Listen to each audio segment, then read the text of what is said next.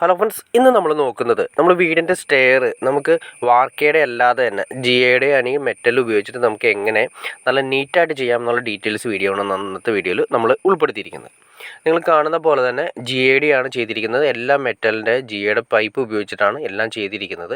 അതിൻ്റെ ഷീറ്റ് കാര്യങ്ങളെല്ലാം തന്നെ ഉപയോഗിച്ചിട്ട് നമ്മൾ ലാൻഡിങ് ചെയ്തിരിക്കുന്നു. അതിൻ്റെ ഏറ്റവും ടോപ്പിൽ തന്നെ കൊടുത്തിരിക്കുന്നു, പിന്നെ താഴെ തന്നെ കൊടുത്തിരിക്കുന്നു. ബാക്കി ഭിത്തിയുമ്പോൾ ടച്ച് ചെയ്യുക പോലും ചെയ്യുന്നില്ല. ഏറ്റവും മുകളിൽ നിന്ന് നോക്കുക. ഏറ്റവും മുകളിൽ നിന്ന് നമുക്ക് തുടങ്ങാം.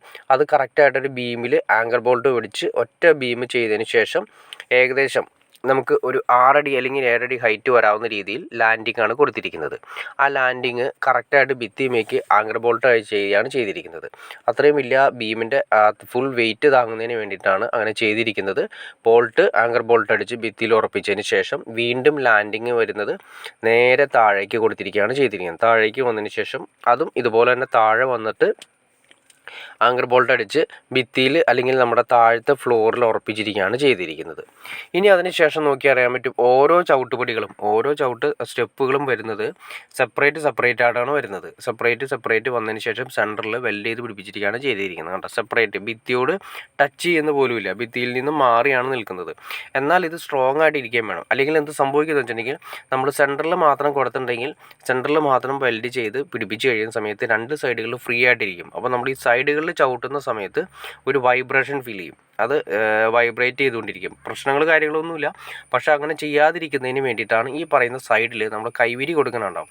ഈ കൈവിരി കൊടുത്തത് നേരെ ഉറപ്പിച്ചതിന് ശേഷം അതിലേക്ക് സെപ്പറേറ്റ് പൈപ്പ് വെച്ച് വെൽഡ് ചെയ്ത് നേരെ അറ്റാച്ച് ചെയ്യാണ് ചെയ്തിരിക്കുന്നത്.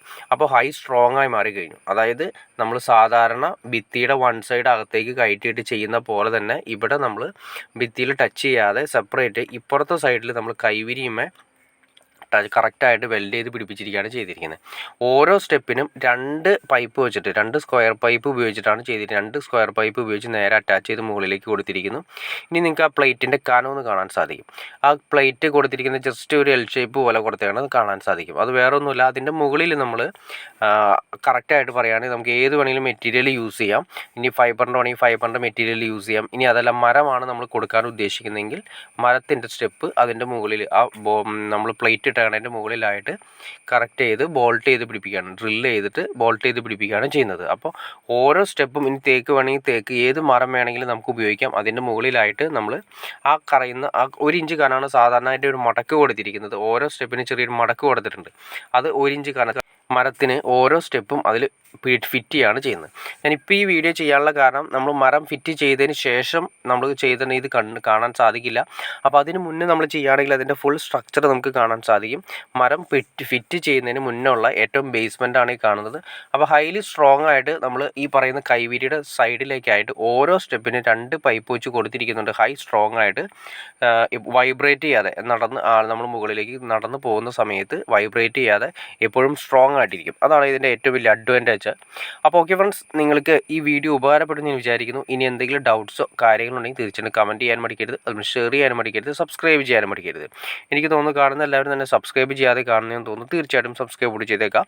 ഓക്കെ ഫ്രണ്ട്സ്, അടുത്ത വീഡിയോയിൽ കാണുന്നവരെ ഓക്കെ.